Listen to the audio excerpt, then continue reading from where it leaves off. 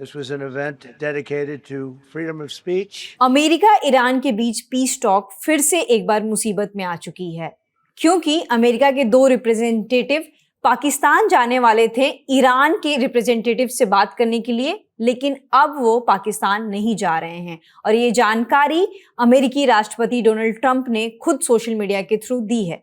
Truth social पर post कर उन्होंने लिखा है, I just cancelled the trip of my representatives going is Islamabad, Pakistan to meet with Iranians. Too much time wasted on traveling, too much work, beside which there is tremendous infighting and confusion within their leadership. Nobody knows who is in charge, including them. Also, we have all the cards, they have none. If they want to talk, all they have to do is a call President Donald J. Trump. तो ये उन्होंने post किया है और इस post में हम देख सकते हैं कि उन्होंने खुद इस चीज को कंफर्म किया है कि उन्होंने इस दौरे को खुद रद्द किया है। और साथ ही साथ ये भी सवाल उठाया है कि जो ईरान में लीडरशिप है वो बहुत ही कंफ्यूजन की स्थिति में है। ईरानियंस को ही नहीं पता है कि कौन उन्हें लीड कर रहा है, इसलिए उन्होंने इस पूरे दौरे को रद्द कर दिया है, क्योंकि पाकिस्तान ट्रैवल करने में बहुत ज़्यादा समय लगता है और अमेरिका में बहुत सारे काम पड़े हुए हैं, इसलिए इस दौरे को उन्होंने रद्द कर दिया है। उनके 2 रिप्रेजेंटेटिव थे, विटकॉफ और जेड कुशनर, जो कि पाकिस्तान जाने वाले थे, और ये दोनों रिप्रेजेंटेटिव शुरू से ही इस पूरे पीस टॉक्स में शामिल रहे हैं। अब इस पूरे मामले में ईरान की तरफ से क्या प्रतिक्रिया आई है हम जान लेते हैं। तो ईरान के जो फॉरेन मिनिस्टर है अब्बास अराक्ची, वो पाकिस्तान में थे और वो 3 देशों के दौरे पर थे। पहले उन्हें पाकिस्तान जाना था, फिर उन्हें ओमान जाना था और बाद में तीसरे दौरे पर उन्हें रशिया जाना था। तो वो पाकिस्तान में थे और उन्होंने एक ट्वीट किया है। उन्होंने इस ट्वीट करके पूरे पाकिस्तान के जो भी लोग थे उनसे उन्होंने मुलाकात की।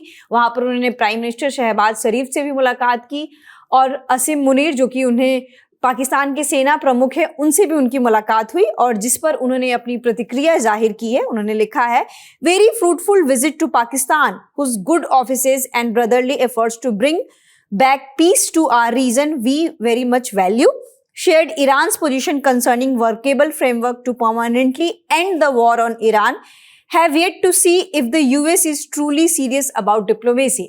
तो इस पूरे डिस्कशन को, जो भी उनका पाकिस्तान में दौरा रहा है, उसको उन्होंने फ्रूटफुल बताया है और पाकिस्तान के मीडिएशन पोजीशन को उन्होंने अच्छे से फैसिलिटेट भी किया है, उन्होंने अप्रिशिएट भी किया है और साथ ही साथ उन्होंने यूएस के डिप्लोमेसी को क्वेश्चन भी किया है कि क्या वाकई यूएस इस पूरे डिप्लोमेसी के बारे में सीरियस है या नहीं है। तो ये अब्बास अराक्ची की प्रतिक्रिया है। हम बता ही चुके हैं कि अभी वो पाकिस्तान के बाद ओमान दौरे पर है और ऐसा माना जा रहा है कि वो रशिया जाने से पहले फिर से वो एक बार पाकिस्तान आएंगे और तब वो रशिया के लिए रवाना होंगे। तो ये उनकी प्रतिक्रिया है।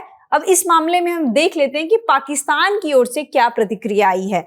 तो पाकिस्तान की ओर से जो वहाँ के प्राइम मिनिस्टर है शहबाज शरीफ ने भी एक ट्वीट किया है।